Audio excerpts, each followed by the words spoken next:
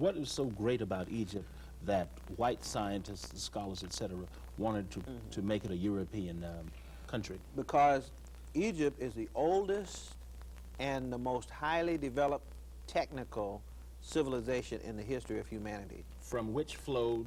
From which flowed the civilizations throughout the rest of the world. We're talking mathematics, astronomy, we're talking chemistry. Chemistry, for example, is named after Kemet. It comes from chem, or chemistry. We're talking religion, we're talking philosophy, we're talking all genre of literature, such as the epic play, the poem, everything, the arts and the sciences, grammar, rhetoric, logic, arithmetic, astronomy, geometry, music, what have you. This is Pharaoh Senwosret the First. The Greeks changed his name to Sesostris. The reason I say he's important in this Middle Kingdom is that this is the man who, according to European legend, was the founder of Athens. And then here's Amenemhet III. And this is your Egyptian king. This is an Egyptian king, Pharaoh, Amenemhet III again. Can you go back to that other one? Yes, we'll go back to the other one. Now this is an Egyptian king. Yeah. These statues, these images, and maybe we should say that these are not drawings recently done, or no, these are carvings that recently. were done. This would have been done around 2,000 years before Christ. Okay, now, these carvings were around all along. Oh, they've been here. All right.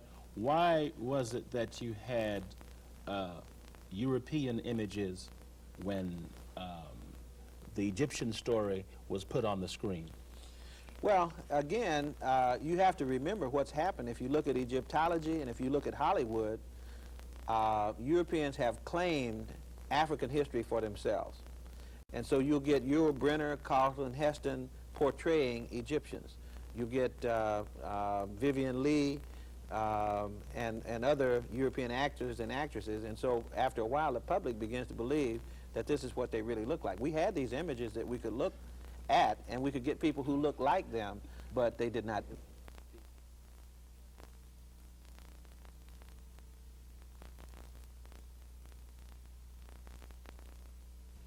Hello, I'm Listervelt, Middleton. We are very glad to have you with us. At the beginning of this century, Dr. W.E.B. Du Bois predicted that the problem of the 20th century is the problem of the color line, and color, the glorification of one and denigration of another or others, continues to play a dominant role in determining how power is distributed. But what are the tools that have been used and are being used to maintain black-white power relationships? And how are words and images being used to control thought and action among people of African descent in the United States and around the globe? When and how does an African become a Negro? How was the myth of white superiority created in the modern world, and how was it projected back in time? So-called Western education for black children, poison or medicine, the origins of humanity, the beginnings of civilization, royal African images in ancient Egypt, and Africa's gift to Europe. Just some of the topics we'll explore with Dr. Asa G. Hilliard III, the Fuller E. Calloway Professor of Urban Education at Georgia State University. Dr. Hilliard is the former Dean of the School of Education at San Francisco State University. A highly respected educational psychologist, Dr. Hilliard was involved with the court case that outlawed IQ testing for black children in California. Dr. Hilliard recovered with Julian Richardson, George G.M. James' seminal work, Stolen Legacy, the African Origin of Greek Philosophy. Dr. Hilliard, what does it mean to be black in America from a psycho-historical perspective? It's important for blacks in America to know history. That history includes the history of enslavement in Africa, of colonization, later of segregation in the United States. My own studies as a psychologist of the uses of history have shown that this enslavement had more than one part to it. There was the physical enslavement, but the only way that physical enslavement would work is that the mind also had to be enslaved.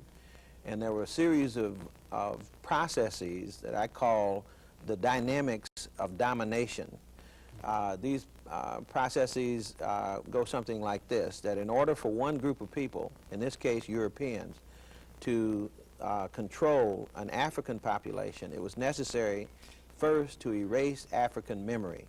Secondly, to suppress the practice of African culture.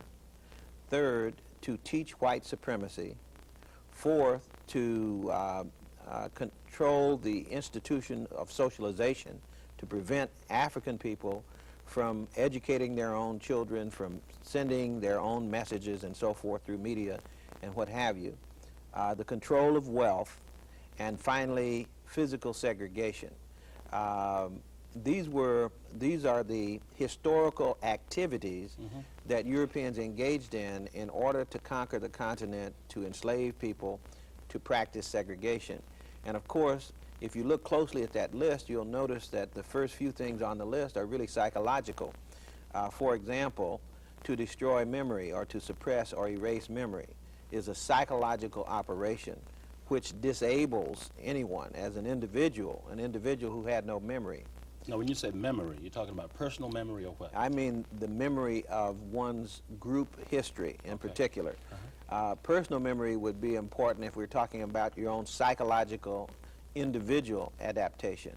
But you can use the same thinking to apply to a group. When a group loses its historical memory, it is disabled as a result. So these were some of the very calculated and conscious tactics that were applied that resulted in the disabling of the African population.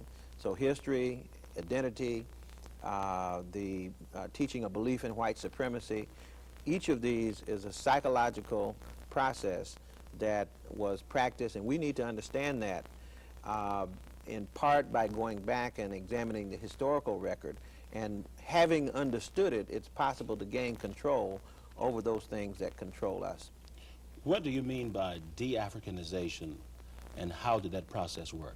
Well, of course, that leads right out of what we were just talking about, that the erasing of memory, the teaching of white supremacy, and so forth, can place an African population in a position where it begins to reject its own image of itself, its own memory of itself, its own history, becomes less African in conscious behavior, although it's very hard to become, if you're truly of African origin, it's very hard for that behavior to disappear, but it's easier for the consciousness of that behavior to disappear. And so over a period of time, figure the centuries that African populations have been in America, it's possible that the population